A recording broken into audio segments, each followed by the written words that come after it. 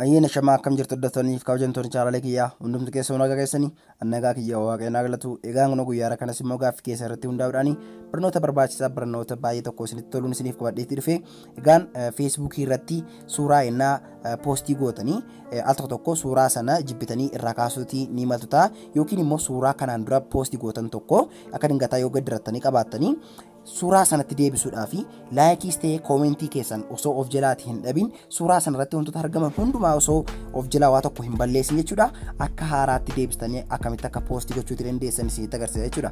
Egaan suuraa innaa poostii gootanii kanaan dura jechuudha akka haaraatti poostii isin jalaatii ta'a laayikiis ta'ee koomentiin duukaa isiniif hin darbu jechuudha. Garuu suuraa kanaan dura poostii gootanii jirtanii gara profile picture keessanitti yoo deebisuutii barbaadanii laayikiis ta'ee koomentii ta'ee osoo hin dhabin suuraa sanarraa osoo waa tokko hin risin jechuudha deebistanii poostii gochuutii dandeessu kan jedhu uffanni isiniif qabadheetii dhufe jechuudha. Egaan kana gochuudhaaf jalqaba gara browsera keessanii dhufuutii qabdu jechuudha. Kan isin ittiin dhuftan immoo Chrome browser kan jedhamu kunoo isa kana bilbila hundumaatu qaba jechuudha. Kana keessa seentu jechuudha. Kanaaf Chrome browser kanaan akka seentaniin gubbaa kanarraa dhuftaniitu search gootu jechuudha. facebook.com jettaniitu search gootu jechuudha yookiin Facebook keessa seentu jechuudha gabaabamatti saniin booda gara Facebook itti isin fidu kunogaa profile keessan login gootanii akka seentaniin iddoo kanarraa mallattoo tuqaa sadan kana ni cuqaastu jechuudha. Kana akka cuqaastaniin isin hordofaatii deemaa wanta isinitti agarsiisu baay'ee tokko salphaadha jechuudha. Hordoftaniinaan kunooti akka kanatti isiniif baasa profile keessan seentu jechuudha.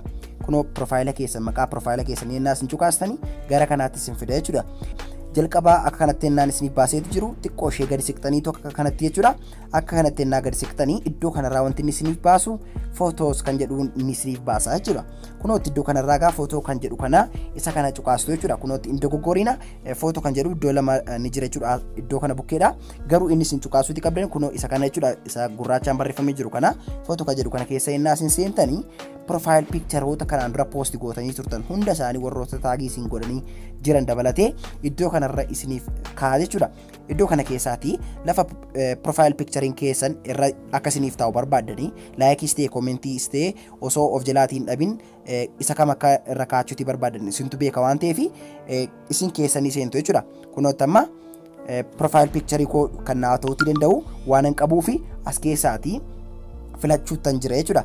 As keessaa akkan barbaade argadheeni itti cuqaasuun qaba jechuudha. Suuraa sanarra kunootti amma kanarra deebisee kaa'achuutiin barbaade jechuudha. Isinitti agarsiisuuf jedhee kanatti deebiseetiin jira. Kanaan duraan poostii godheetii ture kana. Garuu amma immoo deebisee kanatti deeffachuutii barbaade. Garuu laayikiis ta'ee koomentii koo osoo hin dhabin jechuudha. Kunoo jalqaba amma isin amansiisuudhaa fi laayikii fi koomentii an suuricharraa qabuun isinitti agarsiisa jechuudha. Baay'ee miti garuu kunootti jechuudha laayikii iddoo kanarraa lakkaa'uutiin dandeessu koomentii iddoo kanarraa ilaaluutiin dandeessu jechuudha. Laayikii 90 fi koomentii 21 jechuudha. Kana osoo hin dhabinidha kan poostii godhu jechuudha. Amma fedhe yoo qabaattan iyyuu isin akka qabaattanitti jechuudha isin. Egaan suuraa sanarra innaa isin cuqaastanii akka kanatti isiniif baasa innaa inni akka kanatti isiniif baaseeti jedhu make profile picture kan jedhu jira jechuudha iddoo kanarra. Make profile picture kan jedhu kana walitti qabamee barreeffameeti jira waan ta'eef isin make profile picture kan jedhu kana ilaaltaniitu irra kaa'attu jechuudha. Kana al tokkootiif make profile picture kan jedhu kana innaa isin cuqaastanii akka kanattidha jechuudha kan inni isiniif baasu. Kunootti iddoo kanarraa akkuma kanatti innaan isiniif baaseeti jedhu are you sure you want to make this profile picture your current profile picture is always public kan jedhu akka kanatti barreeffama isiniif fide jechuudha.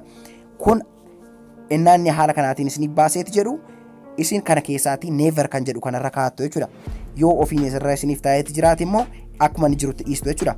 Never kan jedhu kana innaan irra isiniif taa'u confirm kan jedhu cuqaastu jechuudha. Confirm innaa isin cuqaastanii suuraa keessan gara profile picture itti isiniif geeddarra jechuudha. Kunoota akkuma gartanii profile picture itti deeffadheetiin jira jechuudha. Amma innaan xiqqoo ishee gadi siqeetii ilaalu profile picture itti naaf deebi'eeti jira waan ta'eef kunootti egaa laayikii koo fi koomentii koo osoo hin dhabiin itti naaf deebi'eeti jira jechuudha daawwattootiyya.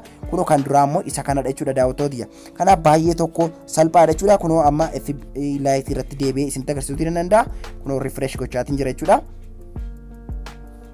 Kunoota akkuma agartanii jechuudha. Kunootti laayikii koo fi koomentii koo osoo hin dhabin gara profile picture kootii haala kanaatiin deeffadheetiin jira jechuudha daawwattootiyya. Video kana like godhaa please like osoo hin godhin hin beeknaan isin jedha yeroo taan deebinee angala garutti gaa barnootiin guyyaarraaf qabadhee dhufe kana fakkaata jechuudha ammas immoo nagaannaaf turaa isinan jaaladhaa isinan kabajaa akkan isinitti tole abdiin qaba bye bye